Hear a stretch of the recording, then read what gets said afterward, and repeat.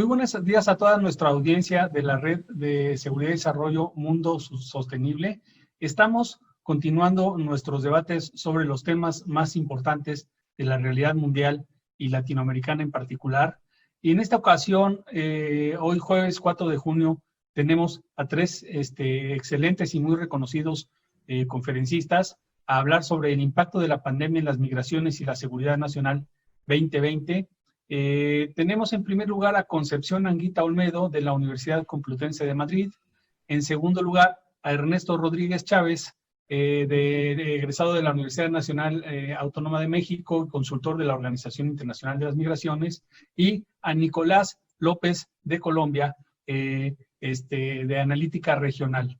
Los currículums de ellos los vamos a mostrar en la pantalla, pero debemos resaltar que en el caso de Concepción Anguita Olmedo, ella es investigadora del Instituto Complutense de Estudios Internacionales y del Centro de Estudios sobre Crimen Organizado Transnacional de la Universidad Complutense. Es miembro y colaboradora del Global Initiative Against Transnational Organized Crime y del Centro de Estudios Estratégicos del Perú.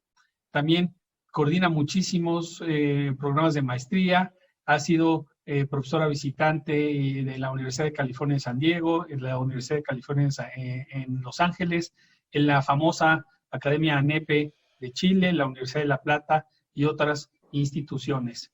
Le damos a Concepción la palabra para que tenga una presentación exitosa y cuando vayan presentándose los otros panelistas les leeremos su currículum. Concepción, por favor, si tienes la palabra.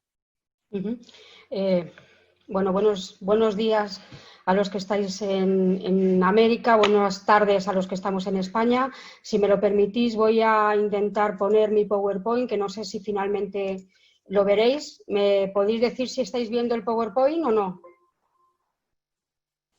¿Perdón, oigo? Ahora mismo no. Fíjate de compartir pantalla. Sí, estaba intentando compartir pantalla, me digo que sí. Vale, yo creo que ahora. Ahora sí. Ahora sí, vale, lo pongo en modo presentación y inicio. Perfecto.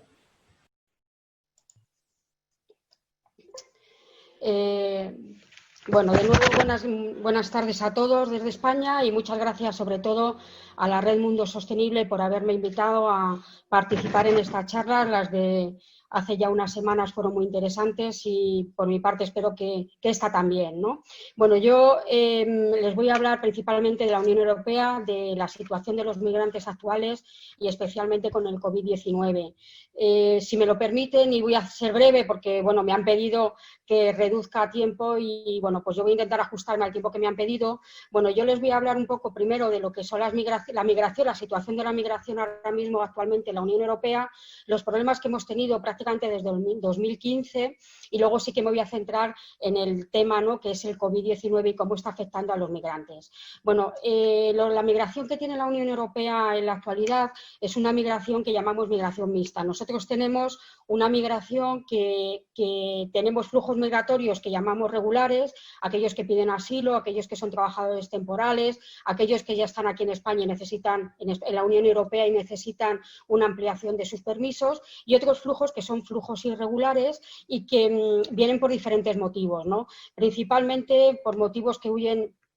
Uno de los más importantes es por la huida de la guerra, de situaciones de conflicto, y especialmente los que hemos tenido en la Unión Europea de forma reciente han sido, bueno, pues el conflicto de Siria y de Irak, ¿no?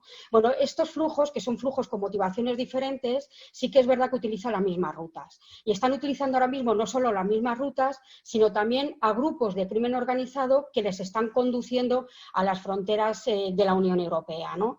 Bueno, simplemente como dato, no quiero detenerme mucho y voy a intentar, bueno, hablar para que me entiendan, ¿no? No muy rápidamente, para que me dé tiempo a todo, simplemente para que ustedes vean un ejemplo. La Unión Europea ha facilitado 380 millones de euros, ¿no? Por ejemplo, a Libia, para su reconstrucción y para su inversión. Sin embargo, gran parte de esos millones, ¿no?, de euros han sido desviados, ¿no?, a grupos de milicianos, a grupos de crimen organizado. Es un dinero que no se ha controlado, pero que está permitiendo a los grupos de crimen organizado, bueno, pues organizar redes, ¿no?, especialmente para diferentes flujos y tráficos ilícitos, pero por supuesto también para tráficos ilícitos de migrantes. migrantes, ¿no? Bueno, ¿cuál es el desafío principalmente de la Unión Europea? Bueno, ahora mismo el desafío principal ha sido el controlar o el regular de alguna manera, ¿no?, las crisis migratorias que surgen especialmente en el año 2015. La Unión Europea ha tenido muchas crisis en el año 2006 y posteriores, pero la de 2015 ha sido una crisis que ha puesto en evidencia, ¿no?, las respuestas de la Unión Europea. Desde el año 2015 prácticamente hasta el año 2019 han entrado en la Unión Europea aproximadamente entre 1 millón y 1.800.000, casi 2 millones de personas, ¿no? Con lo cual la posición de la Unión Europea ha tenido que ser clara. Y yo, bueno, las he resumido principalmente en dos, pero bueno, entiendan que lógicamente la posición ha sido variada. Bueno, la primera es una posición principalmente securitaria. ¿Qué es lo que ha hecho la Unión Europea frente a estos flujos migratorios, especialmente irregulares? Lo primero que ha hecho ha sido asegurar sus fronteras. Y esto lo ha llevado frente a lo que podemos considerar que es lo humanitario, ¿no? Bueno, ha preferido el control y el salvamento frente a una política mucho más humanitaria o una política mucho más social que, bueno, pues era lo que se podría caracterizar en épocas pasadas, ¿no? Bueno, ¿qué es lo que ha sucedido además de esta posición securitaria de las fronteras? Bueno, no ha tenido una estrategia armonizada, no ha tenido una estrategia común y eso lo que ha producido sobre todo ha sido que cada país decidiera tomar decisiones como por ejemplo el cierre de sus fronteras a los migrantes irregulares más allá del COVID. Esto fue previo al COVID. Y esto ha puesto en riesgo, sobre todo, lo que es la institución, ¿no?, la propia institucionalidad de la Unión Europea, ¿no? Hemos sufrido una crisis y además ha producido una respuesta, una reacción dentro de los ciudadanos. En algunos países de la Unión Europea lo que ha pasado es que han ganado partidos en las elecciones, han ganado partidos de extrema derecha, bueno, porque ha calado mucho el discurso, ¿no?, antimigratorio, el discurso anti-inmigración irregular, ¿no? Bueno, eso es lo que se ha producido en la Unión Europea. Simplemente como dato pueden ver ahí que la ruta principal de entrada a la Unión Europea marítima, bueno, pues es lógicamente el Mediterráneo, que existen 3 tipos de rutas. La ruta oriental, la que pilla más hacia Grecia y más hacia Turquía, los Balcanes. Bueno, la ruta central, que especialmente es la que conduce hacia Italia, y la ruta occidental, que es la que conduce hacia España. En esa ruta mediterránea podemos decir que ha habido, he puesto una cifra redondeada, pero podemos decir que ha habido aproximadamente unos 20.000 fallecidos. Es decir, 20.000 personas que pretendían cruzar el Mediterráneo y que han visto que han muerto, ¿no? Han visto la muerte. Bueno, ¿qué es lo que ha dado como respuesta a la Unión Europea ante esta llegada masiva de migrantes? Bueno, como ven ahí, hemos tomado 3 tipos de respuesta. El primero, un acuerdo con Turquía y terceros países en realidad para que Turquía no se hiciera de estado tapón e impidiera que entrara la migración, especialmente los migrantes que venían de Siria y de Irak, ¿no? La segunda medida ha sido adoptar lo que se llama la Agenda Europea de las Migraciones. Es una agenda con un periodo que empezó en el año 2015 y que en teoría finalizará en el año 2020. Luego veremos si se prorroga o qué decisiones se toman. Y por último, la Agencia Europea, como ven ahí, de la Guardia de Fronteras, Frontex. Es verdad que Frontex ya existía, ¿no?, antes del año 2018, pero sin embargo se convierte en una agencia, con lo cual puede acceder a todo lo que son los presupuestos comunitarios. Hasta ese momento, bueno, pues solamente era la voluntad de los Estados los que le dotaban de presupuesto. A partir de el año 2018 se convierte en una agencia propiamente europea y puede surtirse o puede beneficiarse del presupuesto europeo. Bueno, esta agencia de guardias de fronteras es incipiente todavía, se pretende que se amplíe mucho más, pero sí que es verdad que nace con la vocación de luchar, ¿no?, en el Mediterráneo, bueno, principalmente contra los grupos de crimen organizado y las redes que están intentando introducir a migrantes y se aprovechan de los migrantes, ¿no? Bueno, paso un poco, para tenerme al tiempo, paso un poco a lo que sería la respuesta ante el COVID-19, ¿no? Bueno, podemos decir que el primer impacto, ¿no?, que ha producido el COVID-19 sobre todo ha sido la invisibilidad de los migrantes. Si ponemos los telediarios de cualquier cadena y a cualquier hora, lo que podemos ver es que los migrantes no existen para nada, es decir, han desaparecido de nuestros telediarios, ¿no? Es evidente que, bueno, que ante una pandemia como la que tenemos, bueno, pues gran parte de la atención se centra en esa pandemia, pero lo que tenemos muy claro es que los inmigrantes han dejado de existir, ¿no? Esa es la primera consecuencia que podemos señalar del COVID-19. Bueno, la segunda, ustedes saben, el cierre de fronteras mundiales, ¿no? Bueno, también, por supuesto, el cierre de las fronteras europeas. ¿Qué consecuencias ha traído este cierre? Precisamente para el tema de las migraciones y los flujos migratorios, ¿no? Bueno, nos hemos encontrado con diferentes migrantes. Unos que habían logrado cruzar de forma irregular, ¿no?, las fronteras de la Unión Europea, que se quedaron en los campamentos de refugiados a la espera de una regularización de su situación y, sin embargo, bueno, actualmente se encuentran hacinados. Pueden ustedes imaginarse que en estos campamentos ha sido prácticamente imposible poner en marcha medidas de seguridad sanitarias como se han puesto en marcha en cualquier otra ciudad, en este caso europeo, incluso en las suyas propias, ¿no? Bueno, por lo tanto, en estos momentos sabemos que los campos de refugiados, donde se hacinan esos refugiados, al final, bueno, pues han sido focos de enfermedad y focos de muerte, ¿no? Bueno, aquellos que tratan de entrar no han podido entrar. Las fronteras se han cerrado. Por lo tanto, han buscado otros caminos. Bueno, ¿cuál es el camino que han buscado principalmente? Y aquí es donde yo me voy a centrar y, bueno, terminaré ahí, ¿no? ¿Qué caminos han buscado? Bueno, el camino principal que han buscado han sido las vías marítimas. Ustedes me dirán, bueno, pues si las fronteras estaban cerradas no podrían entrar. Bueno, a los puertos sí se podía entrar, es decir, las fronteras estaban cerradas, pero a los puertos, salvo que se declararan puertos cerrados, los puertos de la Unión Europea estaban abiertos. ¿Qué es lo que sucede? Bueno, lo que sucede es que, efectivamente, ante el temor de que llegaran los migrantes por vía marítima y no se les pudiera atender, lo que hicieron algunos países de la Unión Europea es cerrar fronteras. En este caso, cerró fronteras Italia, lo hizo el 7 de abril, lo hizo Chipre y, bueno, principalmente los países que estaban afectados, especialmente en el Mediterráneo central, con la llegada de migrantes irregulares, ¿no? Bueno, ¿qué es lo que sucede? Y les pongo el caso que fue sangrante y un caso que llegó efectivamente a los medios de comunicación, y fue el caso precisamente de un barco humanitario, de un barco de ayuda humanitaria, el Alan Kurdi, que era una ONG alemana, que tenía bandera alemana y que recogió en alta mar a 150 migrantes y pidió auxilio a los países de la Unión Europea, especialmente pidió auxilio a Italia, y Italia tenía cerrados los puertos y no le permitió entrar, con lo cual la situación se convirtió en una situación realmente dura, ¿no?, para los migrantes que estaban en un barco que, bueno, no tenía las condiciones necesarias para atender a esos migrantes y no había puerto donde atracar, no había puerto donde llegar.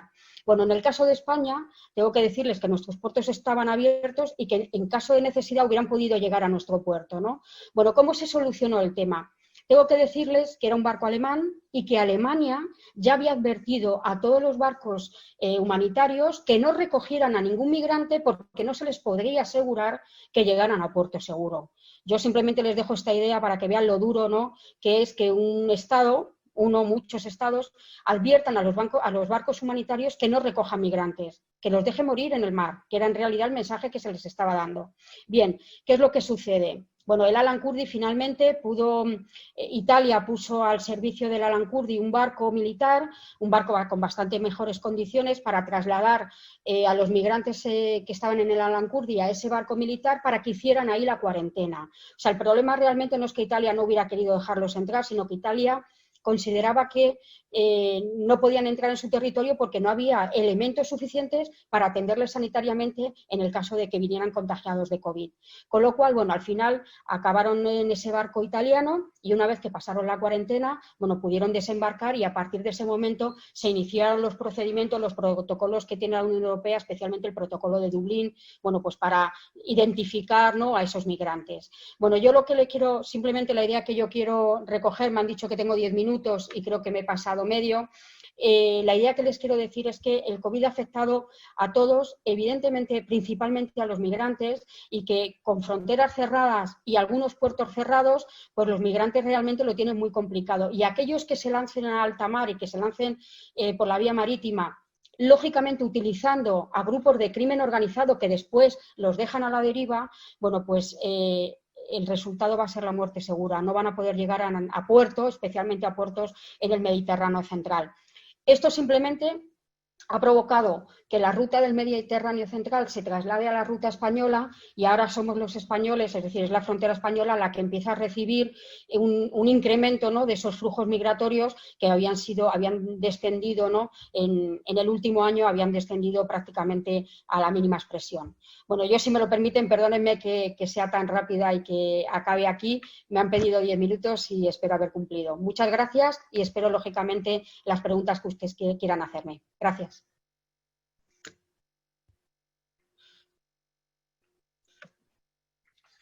Bueno, muchísimas gracias a Concepción Anguita. Fue un panorama que en América Latina estamos desconociendo mucho, precisamente por la razón del cambio de giro de los medios. Le vamos a dar la palabra a Ernesto Rodríguez Chávez.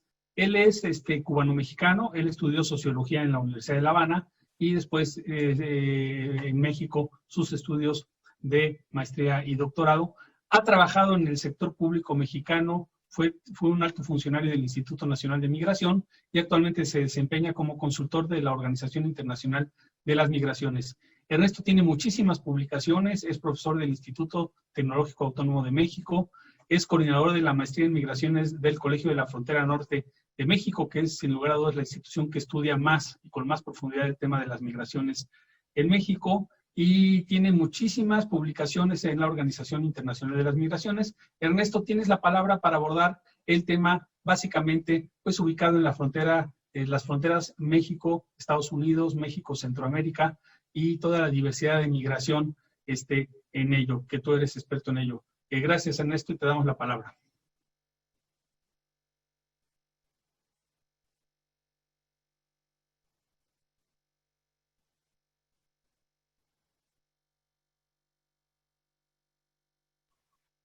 No te escuchamos, Ernesto. Está silenciado ahí. Sí, pero, ok, ahí. ¿Ya me escuchan? Ok, pero no puedo compartir pantalla.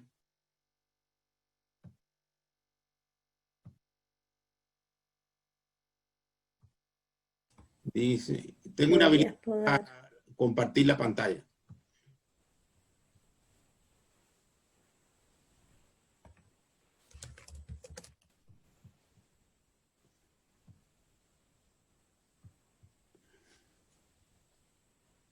¿Ya salió? No. A ver, si te hago coanfitrión, si ahí te permite. A ver, prueba ahora, por favor.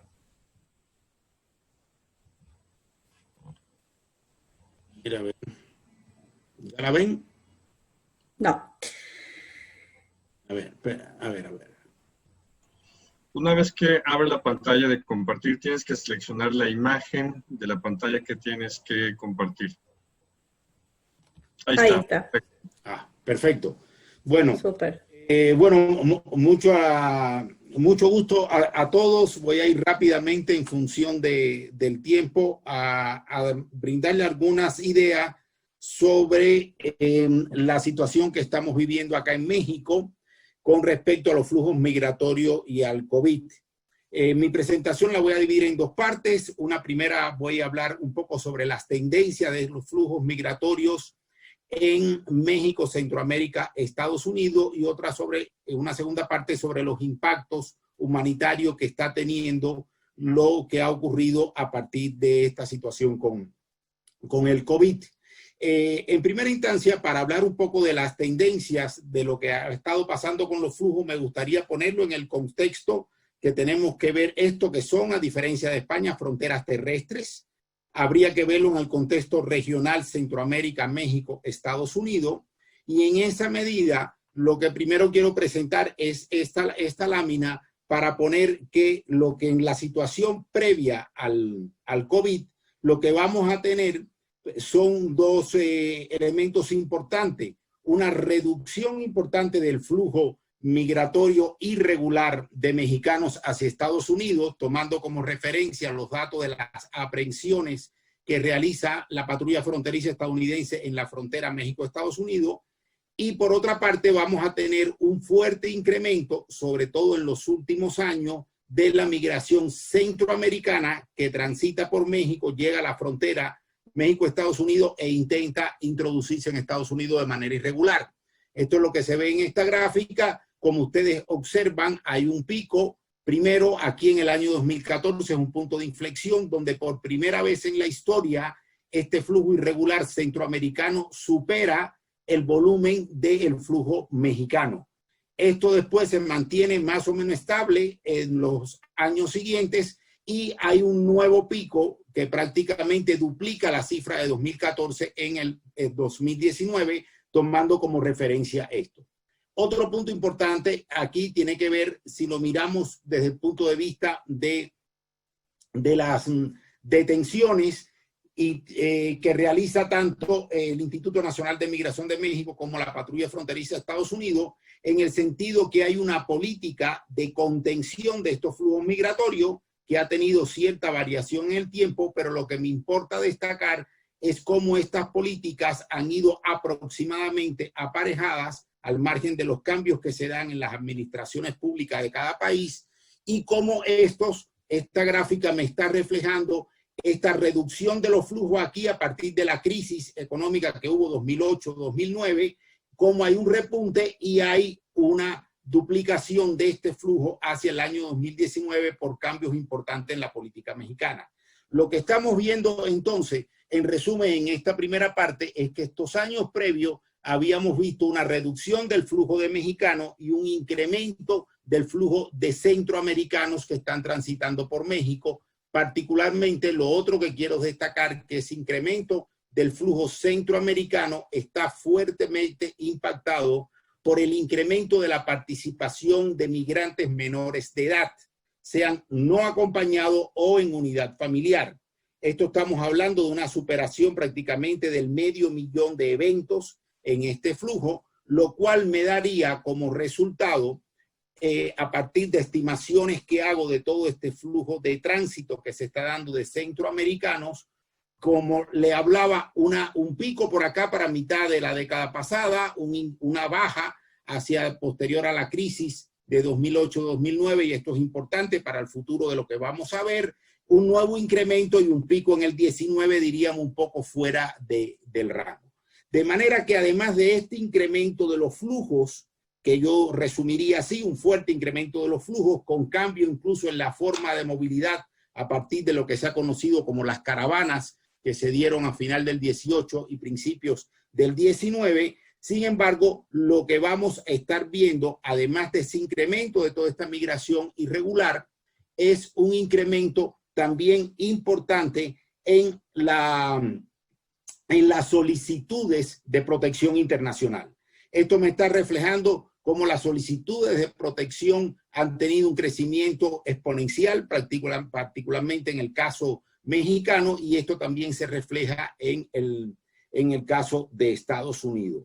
Esto habría que verlo además en el contexto de fuerte cierre de la frontera estadounidense, habría que verlo en el incremento de las medidas de control de Estados Unidos y también en la política hacia la retención de estos flujos y todas estas personas que están llegando a la solicitud de reflujo, de solicitud de protección internacional en Estados Unidos, tratar de mantenerlas del lado mexicano a partir del programa que se conoce como MPP, ¿no? Como Quédate en México, lo que ha hecho que precisamente dos cosas importantes. En el último año previo a la crisis, siglo XIX y primeros meses del año 2020, lo que vamos a observar es una reducción del volumen mensual de estos flujos y una concentración de parte de llegan a México, sobre todo en la zona sur de México, y de los que llegaron a frontera norte, que se están concentrando en la frontera norte de México en un proceso de espera de sus audiencias en Estados Unidos. De manera que ese es el escenario que teníamos antes de COVID. A partir del COVID ha ocurrido varias cosas que pueden matizar estas tendencias fuertemente. Uno, Centroamérica cerró definitivamente sus fronteras. Por otro lado, México ha mantenido la frontera de manera, diríamos, flexible, con una reducción importante, como todos conocen, en la cuestión básica de toda la libertad de flujo, pero la frontera, diríamos, que está semiabierta. Esto que ha hecho que lo que se ha reflejado, por una parte, es que tratando de evitar el incremento de los contagios y la responsabilidad, propia del gobierno, el Instituto Nacional de Migración prácticamente ha vaciado todas sus estaciones migratorias y ha reducido la detención de migrantes. Quiere decir, ha deportado a la mayor parte de los migrantes que tenía en sus estaciones migratorias, más de 5.000 casos, y prácticamente hoy estas estaciones migratorias están vacías con un mínimo o con un flujo muy reducido de detenciones. Por otro lado, México ha seguido aceptando las solicitudes de protección internacional, pero sin embargo tiene prácticamente paralizado la resolución de estos trámites, la resolución de estas solicitudes, incrementándose fuertemente los rezagos que ya traían del año 2019-2018 con el incremento que ustedes vieron ahí de los flujos, y lo que se está incrementando cada vez más es esta población que está en espera de la resolución de trámites. Simultáneamente, Estados Unidos también decidió cerrar todo tipo de trámite de nuevas recepciones de flujo de solicitudes de protección y paralizar los trámites que ya traía en proceso. Esto que te dice que todas aquellas personas que estaban esperando proceso del lado mexicano siguen estando en una situación de indefinición y de precariedad para sus condiciones de estancia en México, parte de los cuales han decidido incluso regresar por sus propios medios hacia Centroamérica con una frontera que a su vez está cerrada. Esto lo que me trae como resultado ante esta situación es que hay una importante reducción de los flujos. No obstante, lo que nos llega de la información de todas las organizaciones sociales, de los albergues que atienden migrantes, es que siguen llegando migrantes, pero claramente en mucha menor medida. A partir de las estadísticas que tenemos de las detenciones, diríamos que las detenciones en México se redujo a la tercera parte para abril, y en mayo prácticamente es menos del 5 al 10% de los datos que teníamos para enero y febrero. Y en Estados Unidos también ha habido una importante reducción de aproximadamente a la mitad del total de detenidos y posiblemente hasta un 60% de los centroamericanos que están llegando a la frontera norte. De todas maneras, son números importantes que estamos hablando sobre los 15.000, 10.000 casos de migrantes que están siendo aún presentados, detenidos por la patrulla fronteriza de Estados Unidos, por lo menos para el mes de abril. Del mes de mayo aún no tenemos datos. Esto me indica, además de esta reducción, entonces, que vamos a tener importantes impactos humanitarios desde el punto de vista que se ha incrementado la incertidumbre de los solicitantes de protección, tanto del lado mexicano como del lado estadounidense, muchos de los cuales están en un limbo migratorio, puesto que la mayor parte de esto aún no tienen ni un documento como tal, ni de razón humanitaria para, diríamos, tener una estancia legal en tanto transita su proceso. Muchos de los albergues han cerrado, de los albergues de sociedad civil, de organizaciones humanitarias, han cerrado sus puertas por la contingencia del COVID, lo que ha hecho que se han incrementado también la espera de muchos de estos migrantes en la zona sur y norte de México, con todas las condiciones que existen de precariedad para esta población que está sufriendo rápidamente un fuerte deterioro de su situación, e incluso desde el punto de vista alimentario, desde el punto de vista de las condiciones de salubridad, puesto que están fuera de todos los sistemas de protección, de todos los sistemas de prestaciones sociales nacionales. Aquí voy a terminar con esto, que realmente también lo que está ocurriendo es un incremento del rechazo de la población local hacia estas poblaciones que están, diríamos, como poblaciones flotantes. En parte de las poblaciones en el sur y norte de México se han incrementado los rechazos, incluso los conatos de violencia hacia algunos de estos migrantes también han aumentado con estas indefiniciones y situación ante el COVID. Hasta aquí lo dejaría. Muchas gracias.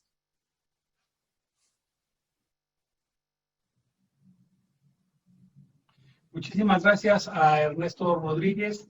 Le vamos a dar la palabra a Nicolás López Pulgarín. Él es colombiano, coronel de Infantería de Marina de la Reserva Activa del Ejército Colombiano, es magíster en Estrategia y Geopolítica en la Escuela Superior de Guerra de su país, especialista en estudios políticos de la Universidad de La Arboleda y analista e investigador de temas de crimen organizado.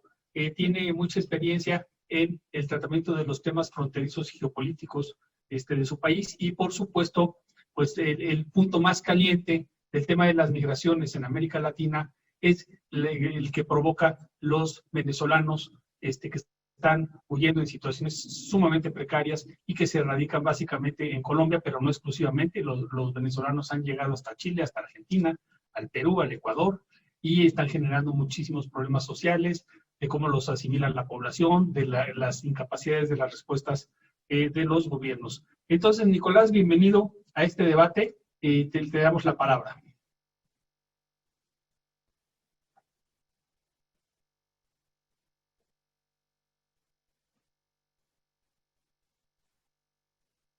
Sí, Nicolás, el micrófono.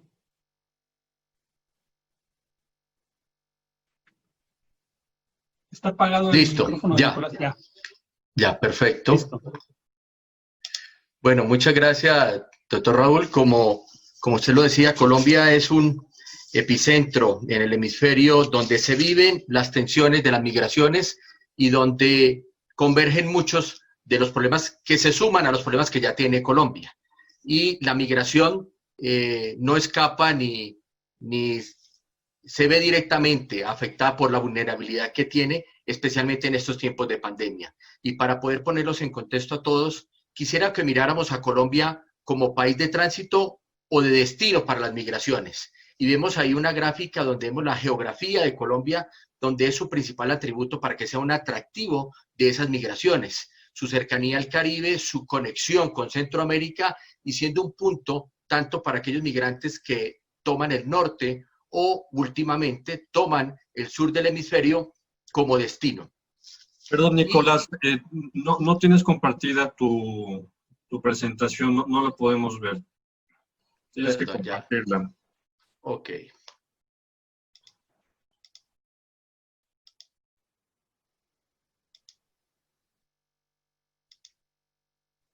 Ahora sí.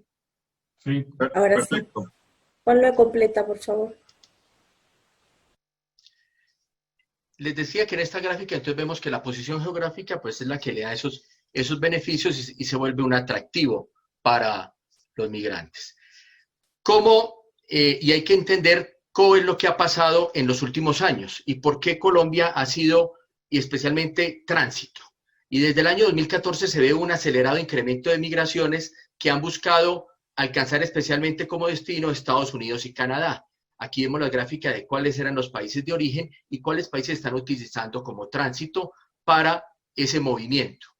Este fenómeno generalmente se ha dado por vía aérea, que en este momento del COVID-19 y la pandemia, por el cierre de fronteras aéreas, está limitado. Los últimos de estos migrantes terminaron de cruzar el país a finales del mes de marzo, según lo he hablado con las autoridades, especialmente en la zona del Urabá colombiano. Vemos un pico en el año 2016 y este fenómeno no ha terminado. Aquí tenemos un problema que se suma no solo a la migración, sino un problema de seguridad, un problema que nos mostró las debilidades del sistema migratorio colombiano, tocando que obligó a las instituciones y al Estado a generar permisos temporales de tránsito hasta por 15 días. ¿Qué hacían estos permisos? Pues lo que buscaban estos permisos es que el migrante evitara ser víctima de las organizaciones de crimen organizado, que los empleaban para traficar, para transportar narcóticos hacia Panamá, que los utilizaban en muchas modalidades, y esto generó unas economías ilegales, no solamente por el crimen organizado, sino en las localidades por donde los migrantes transitaban. Entonces, dejaron de trabajar por transportarlos, dejaron los hoteles de ocultarlos. El permiso temporal hacía visible al migrante irregular, ya no se tenía que esconder, ya no era irregular, tenía un permiso hasta por 15 días y no era necesario que se ocultara, y eso le minimizaba al crimen organizado, pues de que pudiera explotarlo, utilizarlo. también se generó por delincuencia común mucha revictimización, homicidios, hurtos. Hay que tener en cuenta que muchos pasaban por vía marítima y otros por vía terrestre cruzando el tapón del Darién. Un trayecto, como vemos en la imagen, esa es la figura cuando salen de esta parte del Darién, un trayecto que puede, entre las condiciones físicas, durar entre 3 y 5 días para cruzarlo. Este era el panorama como tránsito Colombia, con un número altísimo de migrantes pakistaníes, afganos, africanos. ¿Qué pasa como país de destino?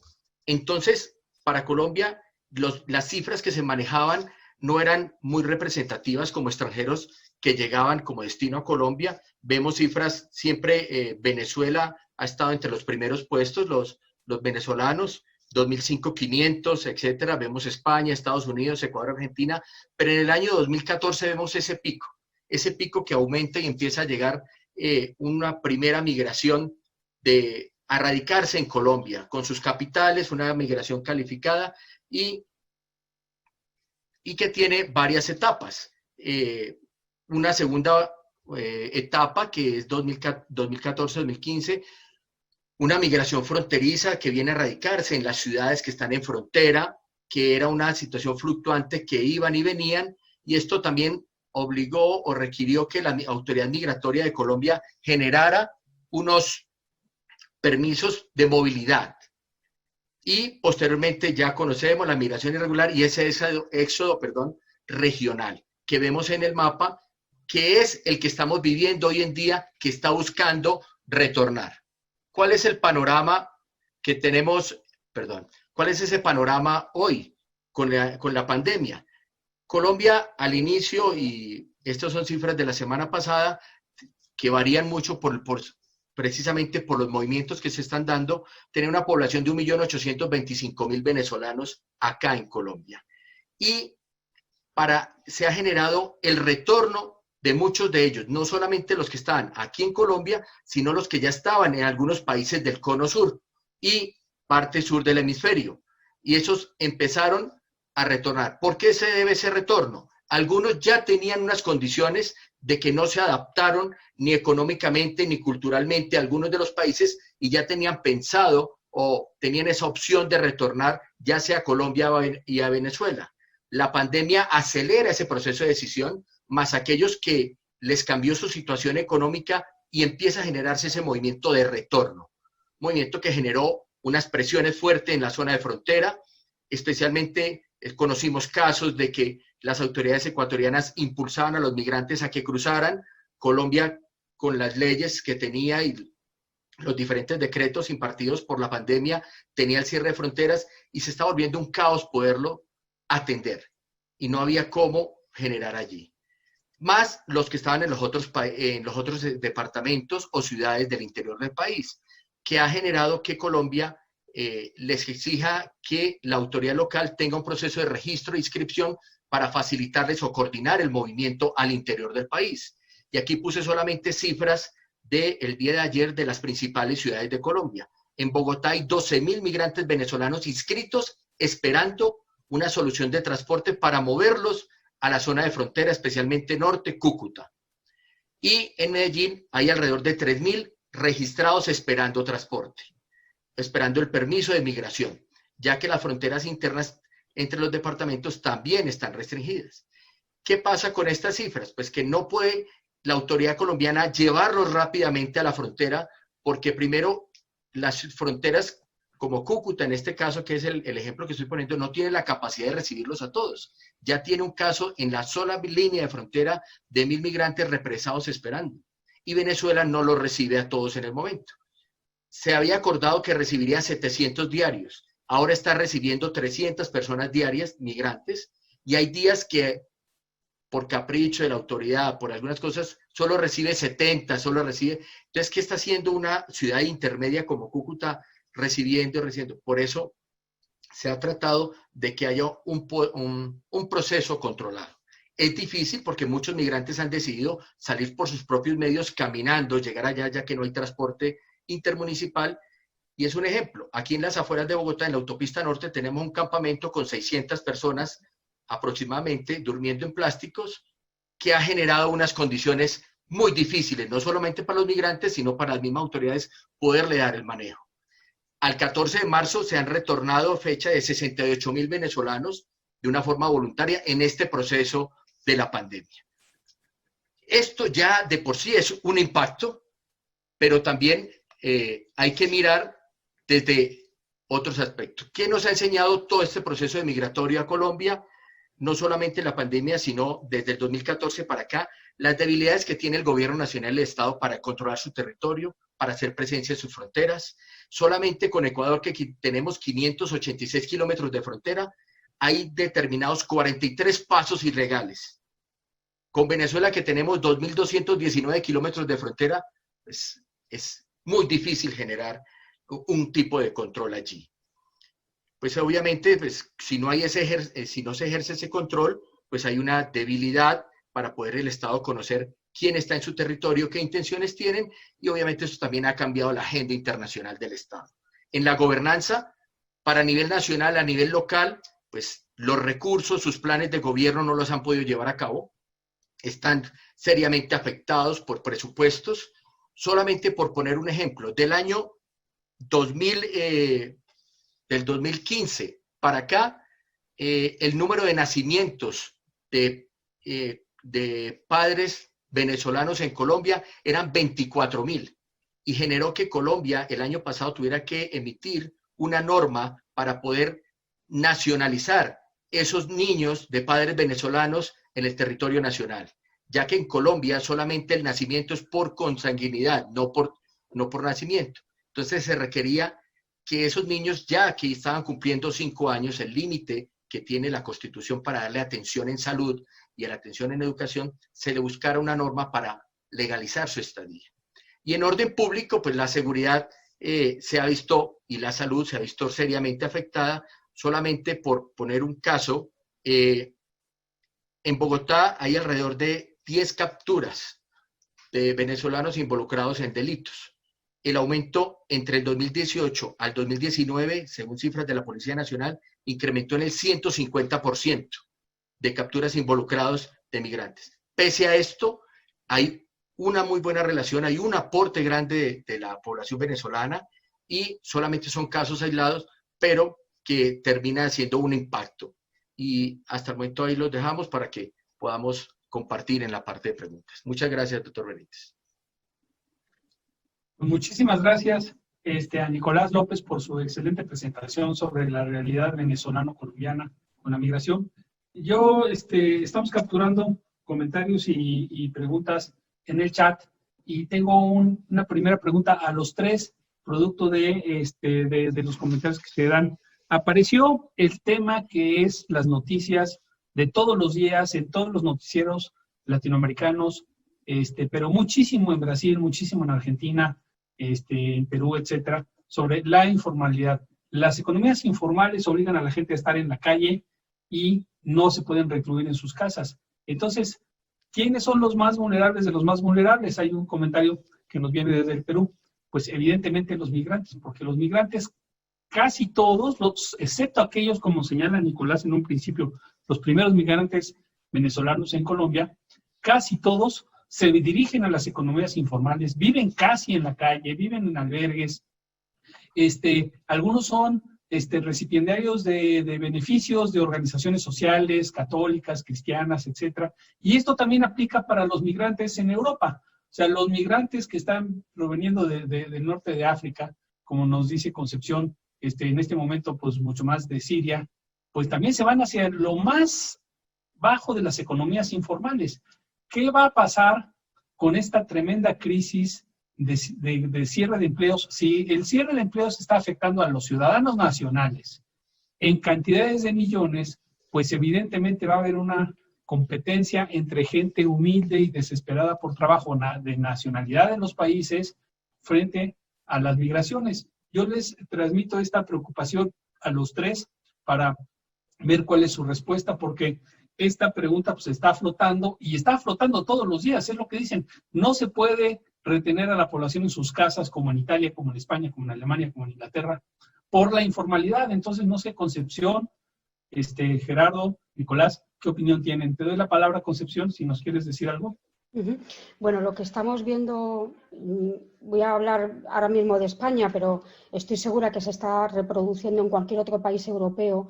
Lo que estamos viendo son realmente largas colas de personas que se han quedado sin recursos, algunos de ellos que trabajaban lógicamente en la economía sumergida, pero también otros, ¿no?, que tenían puestos de trabajo bastante precarios, y lo que estamos viendo son larguísimas colas de personas, ¿no?, yendo a las organizaciones de caridad, a organizaciones vecinales, ¿no?, que lo que están proporcionando principalmente es comida, ¿no?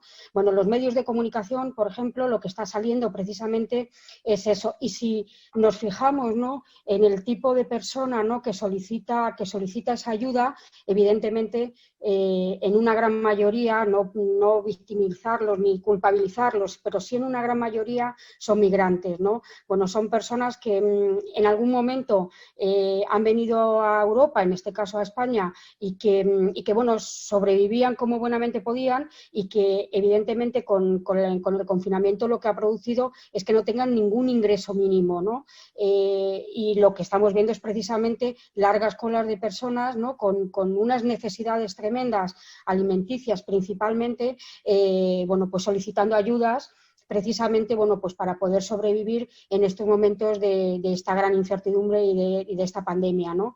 Bueno, yo quiero pensar que una vez que está empezando el desconfinamiento y que evidentemente ya las personas que trabajaban en la economía sumergida, existían, por ejemplo, muchas personas que trabajaban como asistentes del hogar y evidentemente dejaron de ir a las casas, por lo cual dejaron de cobrar, ¿no? Bueno, yo me imagino que parte de esas personas, ¿no?, que se dedicaban a esa economía sumergida, bueno, poco a poco, bueno, pues irán recobrando, ¿no?, la situación previa. Pero de momento la situación actual que estamos viviendo en España, y estoy segura que en cualquier otro país europeo, es eso, gente muy pobre con necesidades importantes que acuden, ¿no?, a los lugares, ONGs, etcétera, que se están encargando ahora mismo de solicitar además alimentos, ¿no?, al resto de la población para poder dar alimentos a estas personas pobres, ¿no? Y bueno, eso es realmente lo que ahora mismo vemos dentro de esta información que aparece en los medios de comunicación, es lo que estamos viendo. Muchísimas gracias, Concepción. Le voy a pedir a Ernesto que nos transmita una idea sobre este fenómeno. Yo solo quiero hacer el comentario personal mío. Yo vivo en un barrio normal de la Ciudad de México de clase media. A 4 cuadras de mi casa hay un cruce de calles y ahí hay unas personas afro pidiendo limosna, y a los vecinos les preocupa mucho. Y yo le pregunté el otro día a una persona empleada de una farmacia que está enfrente, y me dice, son haitianos, pero viven en la calle, viven en el parque que está enfrente, y en las tardes sacan sus carpas, y empezó la temporada de lluvias. No sé cómo está. Nosotros tenemos el primer huracán que acaba de pasar con mucha virulencia en El Salvador, en la costa del Golfo de México. No sé, Ernesto, ¿tú qué nos puedes señalar sobre esto?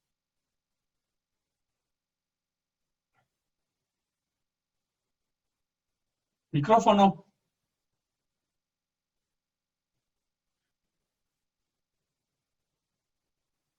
Otra vez. Micrófono, Ernesto. ¿Ya? Ya. ¿Se escucha ahora? Sí. Ya. Que en el caso de México habría que verlo igualmente en como se estaba viendo en Colombia, en dos sentidos, en el sentido del tránsito y en el sentido del destino. En el sentido del tránsito, el problema que comentaba durante la presentación de todos aquellos que no han podido entrar a Estados Unidos, y hay un proceso de aglomeración, de concentración en la zona norte del país, con poblaciones que parte están en albergues de sociedad civil, de organizaciones religiosas, e incluso de gobiernos locales, de gobiernos municipales, están en esos albergues, pero todo esto ha llevado un proceso de que muchos también están en condición de calle, y por tanto está ocurriendo rápidamente un deterioro de la situación de parte de estos migrantes que están vinculados, en tanto esperan a los sectores informales, al comercio, a toda esta restricción de la economía y del mercado local ha impactado directamente sobre medios de sobrevivencia que tienen estas personas, a pesar de que algunos están en albergues, que tuvieran un mínimo de condiciones. Esto mismo se ve reflejado en el sur del país, Y por tanto, es el comentario que tú hacías, que lo que se va a observar en muchas ciudades con concentraciones de migrantes es un incremento de la presencia de estos migrantes en las calles, pidiendo limosnas, etcétera, o en situación de calle.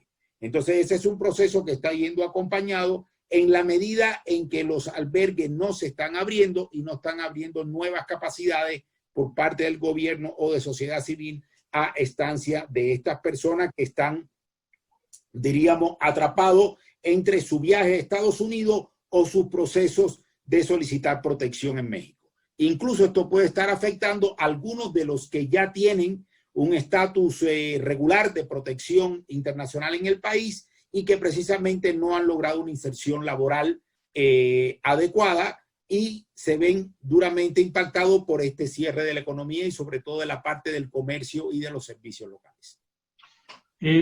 Tenemos un comentario de un colega de la India, muy interesante, que nos habla que los trabajadores migratorios en la India por la crisis están regresando a sus casas y que por el paro de los transportes, de los trenes en la India, la gente se está quedando en las calles de los pueblos, literalmente a la deriva, sin ningún respaldo, ni viven donde trabajaban, ni pueden ir a sus casas. Entonces le pregunto a Nicolás, este escenario, ¿cómo se perfila para América del Sur? Y aprovecho que hay también preguntas del Ecuador y del Perú, por ejemplo, sobre el tema de las migraciones venezolanas. ¿Cómo se van a asimilar estas migraciones que no tienen ya dónde ubicarse? Ya no son migraciones que se pueden quedar o que son fácilmente asimilables, no pueden regresar a sus países, tampoco son bien recibidos en otros países. En el Ecuador, la crisis del COVID pegó muy rápido, fue el primer país donde pegó con una virulencia tremenda, y en Ecuador es un país receptor de amplias migraciones venezolanas. No sé, Nicolás, ¿cómo ves tú el escenario? Gracias, doctor Benítez. En Colombia, con una cifra de más de 1.800.000 migrantes venezolanos, pues hay que pensar que no todos están normalmente o legalmente empleados o vinculados laboralmente. Hay un porcentaje importante de informalidad. Esas personas que están vinculadas laboralmente, el Estado con las normas que hizo por la pandemia los protege en el sentido de que ninguna empresa puede despedirlos, de que el Estado le está dando un subsidio a aquellos que devengan un mínimo y inclusive por primera vez en la historia de Colombia, pues va el Estado colombiano a cubrir el 50% de la prima de mitad de año a aquellos empleados que devengan un mínimo. Estas son medidas que protegen en cierta manera a aquellos que están vinculados. Eso pues no los va a sacar a la calle y van a estar en ciertas condiciones. El problema es aquellos que viven del día a día, del informalismo y en muchos casos de la mendicidad. Porque muchos de ellos viven en albergues que pagan el día o pagan la noche, a pesar de que se dictaron por los gobiernos locales normas de que no los podían cerrar, sacar a la calle. Se han visto que muchos de ellos se han quedado en la calle y son los que tenemos hoy de una forma acelerada buscando cómo llegar, cómo mejorar sus condiciones y en las calles o albergándose en sitios públicos. De esta manera es el panorama laboral. ¿Qué pasa con la movilidad y con los que están en frontera? Y como decía, el caso de la India o el caso de Ecuador. Como hay un cierre de fronteras, no podemos permitir que pasen abiertamente. Las autoridades colombianas quieren hacer un control, identificar, hacer un examen, poder tomarle la muestra, pero ya de por sí para los ciudadanos y para el país hay una limitación de muestras para llegar a hacer el control. Y lo otro es que el transporte público tiene que ser previamente autorizado por las autoridades locales, por las autoridades de migración, para que cumplan y no se vuelva ese movimiento desde los otros países un foco de transmisión del COVID en todo el territorio nacional. En el caso de Ecuador, tienen que ir de la parte sur-occidental al nororiente, cruzar todo el país, que realmente si es una empresa que no cumple con la seriedad y el caso, vemos que están haciendo también algunos piratería, unos cobrando exageradamente, por ese movimiento, y puede generar también un proceso que los dejen en mitad del camino, abandonados, y genera problemas. El otro aspecto es que en la ciudad de frontera de destino no podemos seguir llevándole problemas. Si ahorita exponía que ya hay 1.000 esperando en la línea de frontera, no podemos que todos lleguen allá porque esa ciudad no tiene cómo darle un manejo, ni en salud, ni en atención. El caso de Leticia. En Leticia, los de Brasil, Venezuela, los migrantes, es una comunidad que transitan permanentemente, que tienen una convivencia muy amplia, y hoy vemos en una población como Leticia que no tiene...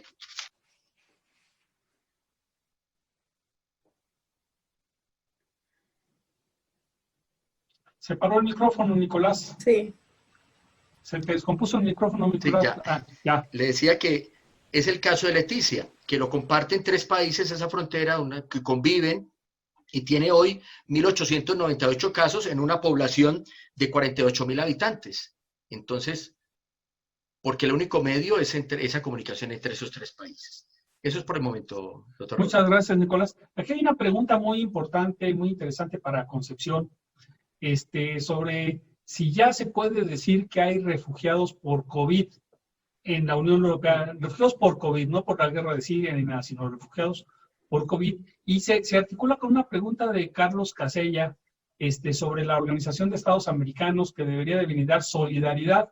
Entonces, ¿por qué se articula? Porque las instituciones europeas son instituciones mucho más fuertes que las instituciones americanas. Y evidentemente yo he visto a la OEA pues muy desfigurada de esto, más bien ni la he visto, nadie ha visto a la OEA hablar de esto. El secretario general se preocupó nada más de su reelección, pero la OEA además no tiene dinero para hacer esto, nunca ha puesto albergues en ningún lado, ni en Venezuela, ni en Centroamérica, ni en México. Pero ¿cómo es la situación en la Unión Europea? Y una pregunta para los 3, ¿se puede hablar de que hay migración o refugiados COVID? Y también está el problema de los venezolanos, que responde a una pregunta de Shirley Kingman, que señala que hay venezolanos que ya quieren regresar a su país, que por lo menos estarían en su casa con sus familias, y no pueden porque las fronteras están cerradas. Entonces, nos está generándose una dinámica COVID en relación con la migración y el refugio muy difícil manejo. Les pregunto a los 3, Concepción, si quieres tú comenzar, por favor. El micrófono está apagado. Gracias. Bien, vamos a ver, el problema, yo creo que tenemos que diferenciar, ¿no? Que era lo que pretendía en la primera frase de mi presentación, ¿no? Diferenciar a aquellos que son realmente refugiados y, por lo tanto, sean refugiados con el carácter que sea por persecución, por motivos climáticos, por motivos sanitarios. Es decir, la llegada a las fronteras de la Unión Europea, todo aquel que tenga una causa, ¿no?, para ser refugiado lleva un procedimiento, ¿no? Y ese procedimiento es un procedimiento que está establecido dentro de la Unión Europea. Me pregunta, ¿hay ahora mismo refugiados por COVID? Bueno, cuando las fronteras han estado cerradas, hoy por hoy, en teoría, no debería haber refugiados por COVID. Pueden llegar a las fronteras, pero se quedan fuera de las fronteras exteriores. ¿Cuándo va a venir el problema? El problema vendrá cuando levantemos el permiso para entrar, es decir, que además en el caso de la Unión Europea ya está próximo, Italia ya lo está haciendo, Alemania lo va a hacer próximamente, Francia también, en España se va a esperar a finales de junio. Es decir, una vez que volvemos a levantar, abramos las fronteras, lo que nos vamos a encontrar es que efectivamente puede darse el caso de que alguno de los migrantes que hayan huido de sus países precisamente, bueno, supongo que por muchas causas, pero también por la pandemia, bueno, pues lleguen a las fronteras exteriores y pidan el estatuto de refugiado, ¿no? Y eso sí que puede ser posible. Ahora mismo no, porque las fronteras quedaron cerradas, los que quedaron dentro estaban dentro y los que están fuera están fuera, es decir, ahora mismo no se puede solicitar nada. De hecho, toda la parte administrativa ha quedado suspendida, ¿no? Es decir, que puede haber, efectivamente, como lo puede haber por otras causas, pero todavía no. Será en el momento en el que las fronteras se abran y las personas puedan solicitar ese estatuto de refugiado, por COVID o por otros motivos, por cambio climático, por sequías, por hambrunas, por lo que sea, por guerras. Pero ese es el estatuto, como digo, del refugiado que puedes alegar y tendrás que demostrar que realmente tienes derecho a tener ese estatuto de refugiado. Otra cosa son los migrantes irregulares, porque la palabra ilegal, bueno, puede causar susceptibilidad. Vamos a hablar de migrantes irregulares. Esos inmigrantes irregulares que seguramente también huyen, no solamente por causas económicas, sino por causas de la pandemia, lleguen a las fronteras y lo que traten es de entrar de forma irregular y quedarse en Europa de forma irregular, ¿no? Es decir, como cualquier otro inmigrante irregular que entra, ¿no?, por las causas que sean. Por eso es necesario diferenciar, ¿no?, entre el que va a pedir el asilo de refugiado, ¿no?, o el estatuto de refugiado, con aquel otro que es un inmigrante irregular y que en este caso alega la pandemia, pero podría alegar otro motivo para intentar entrar en las fronteras europeas, ¿no? Eso lo veremos en cuanto las fronteras se abran. Le queremos dar la palabra a Ernesto, pero también comentar que hay unas preguntas que vienen claramente de Brasil. Nos dicen que el gobierno de Brasil dio un apoyo de R$600 al mes durante 3 meses a los migrantes, pero bueno, estos apoyos pues pueden desvanecerse a medida que pasan los 3 meses. Y luego también el tema de la Conferencia Internacional de Donantes, que se ha focalizado en la migración venezolana y cómo van a distribuir los gobiernos esta ayuda para que efectivamente vaya a quien la necesita. Ernesto, no sé si tienes algo que comentarnos al respecto y si hay algo similar para el caso de migrantes que no sean venezolanos, sino de otras nacionalidades como haitianos, etcétera, ¿no? Está el micrófono apagado, Ernesto. Ya. Coincido totalmente con lo que se acaba de plantear. Realmente con el cierre de frontera no es imposible ver en estos momentos o poder hablar de una migración irregular o de solicitantes de protección internacional a causa del COVID. Realmente no está ocurriendo ese proceso, producto del propio cierre de frontera, tanto en los países de origen como en la mayor parte de los países del mundo. E incluso yo diría contrario, que lo que ha ocurrido es un proceso donde parte de los migrantes han estado tratando de retornar a sus países de origen a partir de esta situación concreta de la pandemia. Ha ocurrido con mexicanos, está ocurriendo, bueno, lo que se comentaba con venezolanos e incluso también con parte de los centroamericanos que ante esta situación de la pandemia y la precariedad con los servicios de salud o con su propia situación han decidido retornar a sus países de origen. Ahora, el escenario, diríamos, de incertidumbre realmente es cómo no solamente la pandemia, sino toda la crisis económica que se viene de inmediato a partir de esta situación del cierre de la economía, del cierre de los mercados, cómo esto puede impactar en los flujos que pudieran llegar de manera irregular a México y en los solicitantes de protección. Esa realmente sería la discusión a tenerla, que yo creo que pudiera tener un impacto, pero de todas formas, en los meses inmediatos serían flujos muy reducidos, en mi entender, y en mi previsión serían flujos aún reducidos, puesto que todavía hay demasiada limitación en todos los movimientos fronterizos y así va a continuar por lo menos prácticamente hasta final del año. Lo que está claro también y que sí va a seguir llegando es que hay toda una serie de migrantes que acá le llamamos extrarregionales, o sea, no son los centroamericanos, sino estamos hablando de africanos e incluso de haitianos, que son de la región, pero no de la inmediata, o de cubanos, que ya estaban en proceso o que ya estaban en camino y que estaban en otros países cercanos. Yo diríamos, podemos ver la llegada de estos grupos, pero también de manera limitada. Nada que ver con los volúmenes que estábamos viendo en los meses previos al COVID, sino que son aquellos flujos que diríamos quedaron interrumpidos y que pueden estar llegando. En el caso de los venezolanos aquí en México es diferente. La mayor parte, todos estos llegan de manera regular al país y tienen, diríamos, un mejor proceso de nivel. Muchos son profesionales y han logrado una mejor inserción en los mercados laborales en México, sean los que vienen por vías familiares, laborales e incluso aquellos que están bajo la condición de refugiados. Entonces, la situación de los venezolanos realmente aquí es diferente respecto a flujos como el caso de los centroamericanos, de los haitianos o de los cubanos, que sobre todo están tratando de ingresar o de llegar a Estados Unidos. Antes de darle la palabra a Nicolás, yo tengo una pregunta para los tres, aprovechándome de mi condición de moderador. Es referente a derechos humanos. Una de las zonas del mundo donde las fronteras se cerraron con más fuerza, o sea, donde se hicieron impenetrables, fue Centroamérica.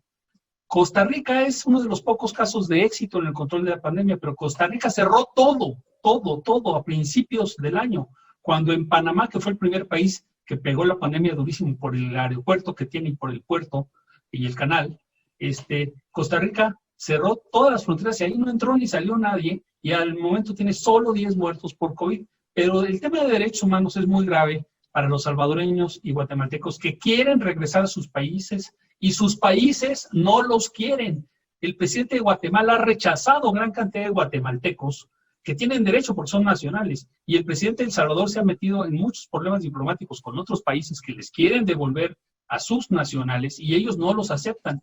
Entonces, no sé si en Europa se llega a este extremo de violar derechos humanos. ¿Y qué opinan ustedes sobre esto, Nicolás y Ernesto? Pero le vamos a dar la palabra a Nicolás porque hay muchas preguntas desde Brasil, incluso desde Chile. Recordemos que también salió en las noticias del día de ayer un tremendo campamento en Santiago de Chile de bolivianos que nadie los puede trasladar ni por Chile a su país, ni por aire, ni nada, y están armando un verdadero revuelo en Santiago reclamando sus derechos. Por eso a mí la preocupación de los derechos humanos me nace y se los pregunto a ustedes. Nicolás, ¿tienes la palabra? Gracias, doctor Raúl. Y quiero recoger en esta intervención las 3 preguntas que han habido. Primero, en los venezolanos residentes en Colombia, sí hay casos de COVID-19. El caso ellos tienen acceso a la salud, se les está dando manejo porque tiene todavía la infraestructura el país y están respondiendo. El problema es en aquellos irregulares o migrante irregular, que afortunadamente no hay casos detectados de COVID-19. Y en los albergues o en los campamentos que se han construido a las afueras de las ciudades, están siendo acompañados permanentemente por Secretaría de Salud y de Inclusión Social efectuándole las pruebas. Y ayer escuchaba al director de Migración Colombia diciendo que afortunadamente en estos lugares no tenemos casos de COVID-19.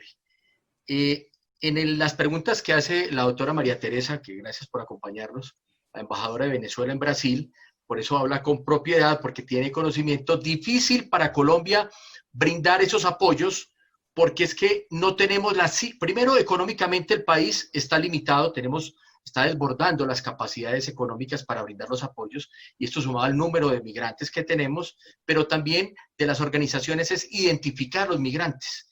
Las cifras y los datos están cambiando día a día, están movilizándose de ciudad en ciudad, están en las calles, no tenemos cómo identificarlo, no tienen ningún tipo de vinculación. Hay muchas asociaciones, ONGs que los están asociando, que los acompañan, pero están moviéndose de ciudad en ciudad y que a veces es difícil poder llegar. Ese es uno de los principales limitantes que se pueden ver. En el caso de derechos humanos, Colombia tiene una política abierta al apoyo de la migración y más que todo a la migración de los venezolanos. No se puede abrir abiertamente, pero en ningún caso se ha negado el paso a ningún migrante, pese a las dificultades y lo que esto genera no solo para la seguridad, sino para la salud. Lo que pasa es que está buscando hacerse gradualmente para evitar colapsar y evitar tener una crisis en determinada ciudad y que esto se salga de control como se ha hecho hasta el momento. En ningún momento se ha negado, pese a que también hay cierre de fronteras, se está haciendo de una forma controlada que obviamente al número de migrantes que hay en espera, pues genera un descontento, genera un caos, pero afortunadamente todavía no tenemos casos de protestas, casos de vandalismos, ni nada por el estilo, que eso es muy positivo en el momento de la crisis que estamos. Gracias. Muchas gracias, Nicolás. No sé, Concepción, si tienes algún comentario sobre estos temas de nacionales y con problemas de derechos humanos. Bueno, es verdad que ahora estamos centrando toda la atención en el tema del COVID-19. Sin embargo, la violación de los derechos humanos se han producido antes y se van a producir después. Y me voy a referir a un caso, ¿no? Bueno, la Unión Europea tiene una normativa, lo que pasa es que nosotros no tenemos una normativa todavía, ¿no? Común con relación al asilo, no tenemos una normativa común con relación a los refugiados, lo intentamos. Entonces, ¿qué es lo que sucede? Y voy a retrotraerme a antes precisamente del COVID, no ahora. Cuando un país de la Unión Europea determinaba la expulsión de un migrante, lo podía hacer como has comentado, ¿no?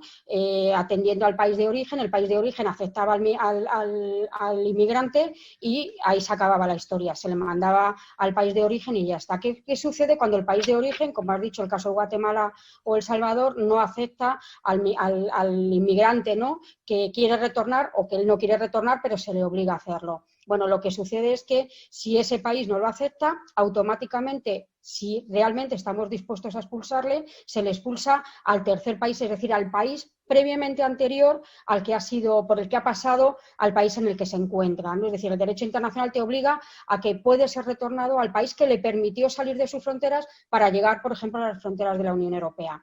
Y voy al caso de la violación de los derechos humanos. ¿Qué es lo que sucede? Lo que sucede es que, por ejemplo, en el caso de España, nosotros retornábamos a muchos migrantes irregulares, especialmente subsaharianos, que desconocíamos incluso el país de origen, los retornábamos a Marruecos, que era el país que le había dejado pasar a la frontera europea, y era Marruecos el que a partir de ese momento tomaba las decisiones de qué hacer con ese migrante. Lo más probable, y esto ha habido casos documentados, es que al final ese migrante acabara en el desierto del Sáhara, porque Marruecos lo cogía, lo montaba en un autocar y se lo llevaba a su frontera sur, con lo cual es verdad que España había cumplido porque lo había llevado a Marruecos, lo había dejado bajo la tutela del Estado marroquí y a partir de ahí lo que pasara con el inmigrante, bueno, pues no era una cuestión, digo, de España, ¿no? Bueno, eso es lo que estaba sucediendo, por eso esa violación de los derechos humanos es incluso previa al COVID-19, ¿no? En estos momentos, que yo conozca, no hay ningún inmigrante que por COVID-19 ni haya querido retornar a su país, entre otras cosas porque la sanidad española atiende a todo el mundo, ¿no? Es decir, cuando hay una emergencia de este tipo, no discrimina entre si es migrante o no es migrante, si tiene papeles o no los tiene, se le atiende, ¿no? Yo no conozco que de forma masiva hayan querido retornar a sus países o que en esta situación, bueno, pues se les haya impedido entrar, ¿no? Teniendo en cuenta que las fronteras están cerradas, los migrantes que estaban en España o que están dentro de las fronteras de la Unión Europea, bueno, están siendo atendidos en los diferentes países y no ha habido en ese sentido... nunca puedes generalizar, lógicamente, ¿no? Pero no ha habido en ese sentido una violación de derechos humanos. Lo que suceda después del COVID, bueno, ya sí seguramente, ¿no? Podría ser más grave porque esos inmigrantes que están aquí y que son migrantes irregulares y no han iniciado un proceso de protección de tutela internacional, evidentemente, bueno, pues seguirán un proceso de expulsión o seguirán el proceso que cada país haya estipulado, ¿no? Pero bueno, ahora mismo no podemos decir, como has dicho en Guatemala, en nuestro caso yo creo que eso no se ha producido. Sí se ha producido anteriormente, esa violación de los derechos humanos y con toda probabilidad se seguirá produciendo después. Muchas gracias, Concepción. Estamos en la ronda final. Antes de darle la palabra a Ernesto Rodríguez, le queremos agradecer mucho a la embajadora de Venezuela en el Brasil, María Teresa Velandia, sus comentarios y su participación súper activa en el chat. Y ella nos hace un comentario que adiciona un tema muy fuerte. Se había mencionado hace un momento de pasada. Ella menciona que la migración venezolana en el Caribe tiene dimensiones muy graves, que por ejemplo en Trinidad y Tobago se han identificado redes de mujeres que están siendo vendidas y se dirigen hacia el Asia y las tratan en condiciones infrahumanas. Vamos a decir que es una especie de nueva, moderna esclavitud, que hay migrantes encadenados, incomunicados y sin servicios básicos, y que también hay una gran violación a los derechos humanos de migrantes venezolanos en Aruba y Curazao.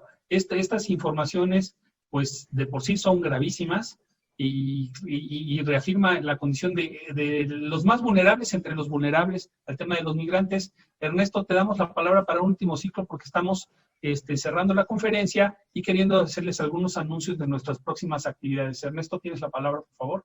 Ya, sí, muchas gracias, Raúl. Tres comentarios. Uno, respecto al retorno de nacionales, en ese sentido el gobierno de México sí ha dado importantes apoyos para facilitar e incluso colaborar en la transportación con aviones independientes, con aviones propios, el retorno de muchos mexicanos que estaban en diferentes países, sobre todo en América Latina, y que han solicitado el apoyo para regresar al país. Por la parte de Centroamérica, en un inicio sí hubo conflicto ante el cierre de la frontera, donde parte de estos migrantes incluso fueron abandonados en la frontera con Guatemala. En tanto, no los autobuses con migrantes deportados no podían ingresar a Guatemala. Esto es un proceso de negociación bilateral de México con Centroamérica y la mayor parte de las deportaciones posteriormente se hicieron vía aérea y para Guatemala vía terrestre, pero se logró una negociación en este sentido para facilitar el retorno de estas personas.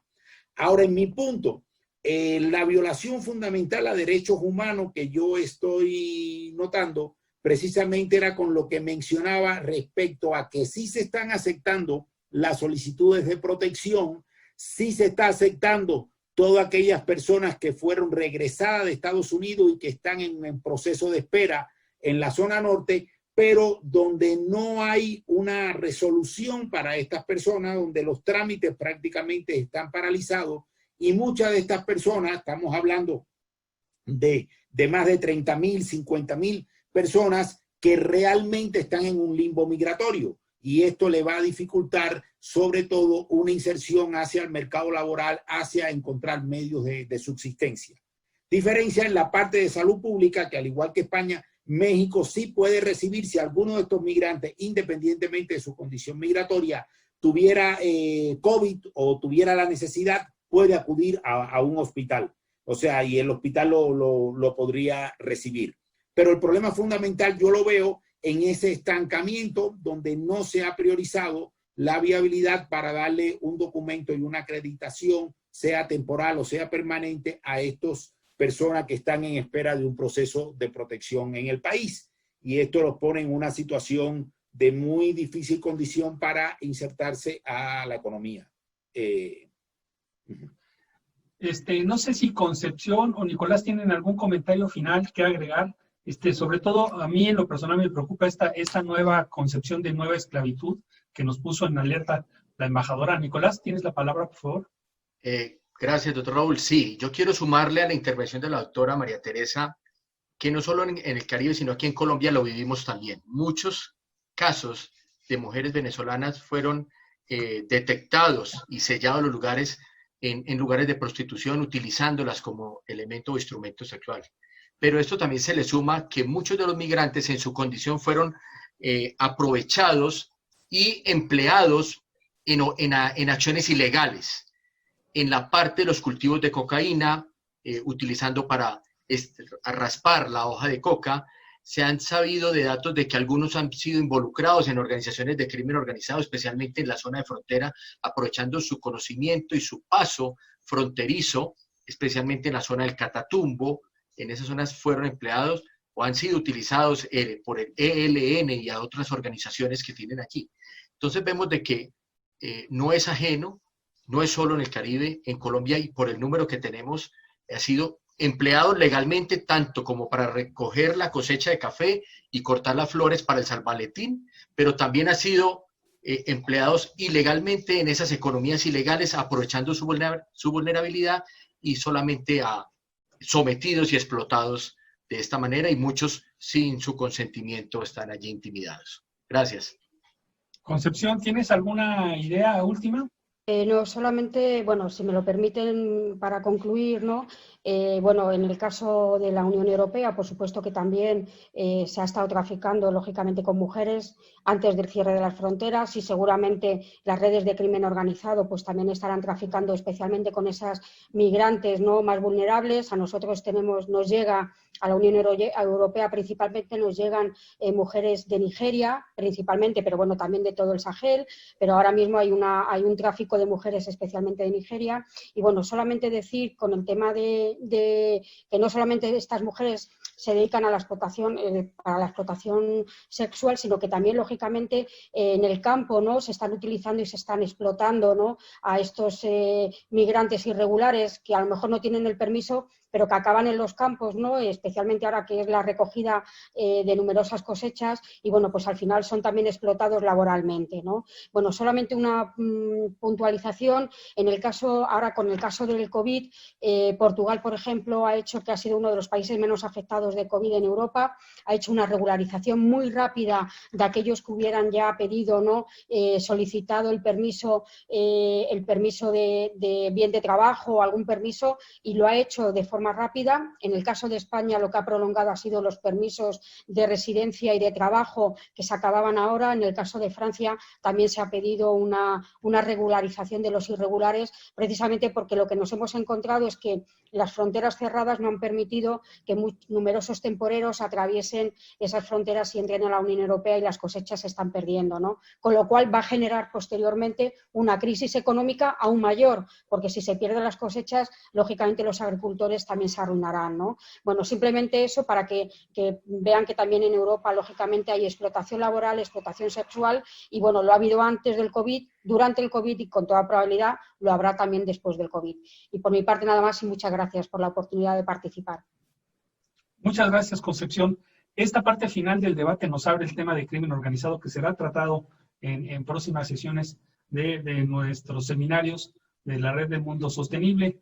Les queremos anunciar a todos nuestra próxima actividad, que va a ser el jueves 18 de junio del 2020, a la misma hora. Pues ya nos acostumbramos todos a levantarnos temprano, en el caso mexicano, y atender esto a las 8:30 de la mañana. Se va a llamar Impacto de la pandemia COVID sobre los grupos terroristas en el mundo.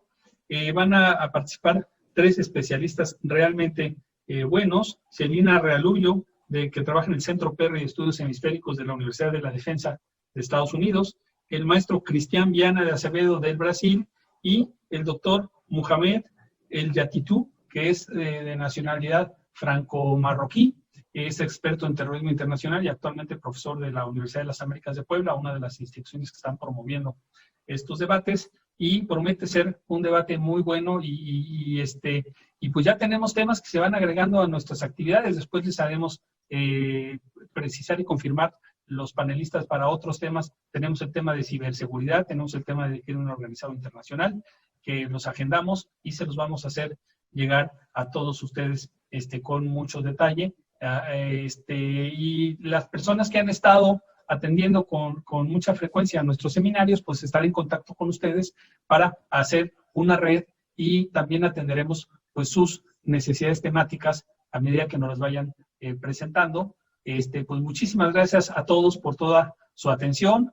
Pues les damos las gracias por la atención al debate, y muchas gracias principalmente a nuestros 3 panelistas. Estamos tratando de incorporar también el análisis desde otras perspectivas del mundo, sobre todo la europea, porque está perteneciendo a una institución de renombre internacional española, el Instituto Real Elcano, y así tenemos una visión mucho más completa. Esto fue el caso de Concepción, que nos abrió mucho los ojos del tema de las migraciones, que acompaña y complementando mucho las perspectivas que hay en Colombia con el tema de los venezolanos, en México, Estados Unidos, Centroamérica, con el tema de los centroamericanos y de otras partes del mundo. Pues muchísimas gracias a todos los participantes, y estamos en contacto. Hasta luego.